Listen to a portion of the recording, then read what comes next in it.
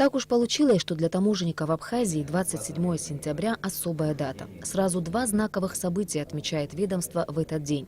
27 лет со дня создания таможенной службы Абхазии и 25-летие со дня освобождения Сухума. 27 лет назад, 27 сентября, был создан Государственный таможенный комитет.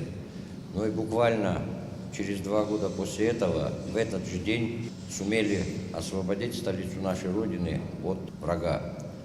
Кроме того, буквально через несколько дней была добыта победа на такой неравной схватке. В 1992 году, когда началась Отечественная война, почти весь молодой коллектив новой для страны организации встал на защиту Родины. И сегодня в рядах таможенного комитета 102 ветерана войны.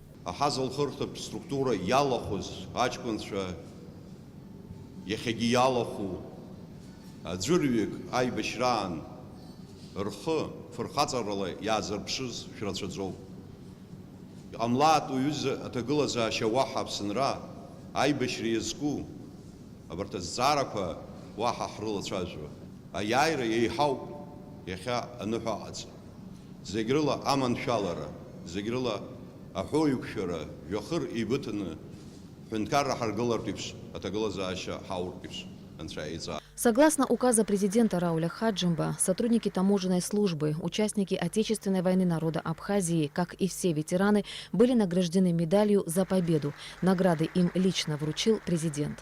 Абхазские таможенники тесно сотрудничают с Федеральной таможенной службой России. С праздником коллег поздравил представитель ФТС Сергей Иванов. Таможенные службы обречены на взаимодействие и на дружественные отношения, особенно когда они находятся в добрососедских отношениях, какие у нас сложились между ГТК Республики Абхазия и Федеральной таможенной службой.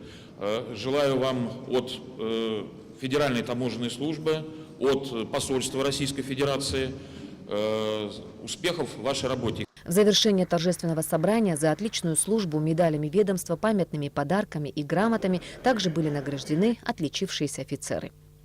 Ирина Аршба, Алексей Агухава, Артур Каландия, Абхазское телевидение.